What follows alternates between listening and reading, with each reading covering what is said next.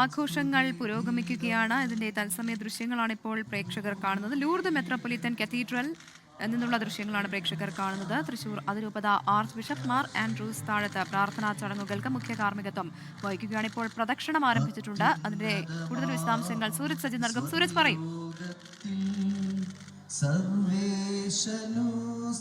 പ്രവിധ Thrissur Lourdes കത്തീഡ്രലിൽ ഇപ്പോൾ തൃശൂർ അതിരൂപത ആർച്ച് ബിഷപ്പ് ഈ തിരുക്കർമ്മങ്ങൾ അർപ്പിക്കുന്നതാണ് ദൃശ്യങ്ങളിൽ കാണുന്നത്. തിരുപ്പിറവിയുടെ ഓർമ്മ പുതുക്കിക്കൊണ്ട് ഉണ്ണിയേശുവിന്റെ രൂപം കയ്യിലേന്തിക്കൊണ്ട് പ്രദക്ഷിണം ആരംഭിച്ചിരിക്കുന്നു.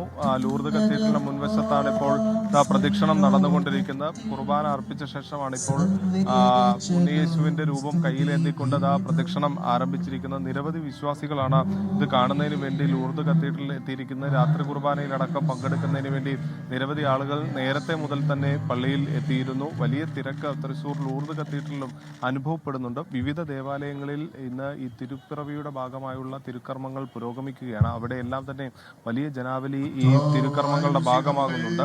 തൃശ്ശൂരിലും വിപുലമായ ആഘോഷങ്ങളുണ്ട്. തൃശ്ശൂർ അതിരൂപതയുടെ കീഴിൽ പ്രധാനമായി നടക്കുന്ന ദേവാലയം തൃശ്ശൂർ ലൂർദ് കത്തീഡ്രലാണ്. അവിടെയാണ് അതിരൂപത ആർച്ച് ബിഷപ്പ് മാർ ആൻഡ്രൂസ് താഴത്തടക്കം തിരുക്കർമ്മങ്ങളിൽ പങ്കെടുക്കുന്നത്.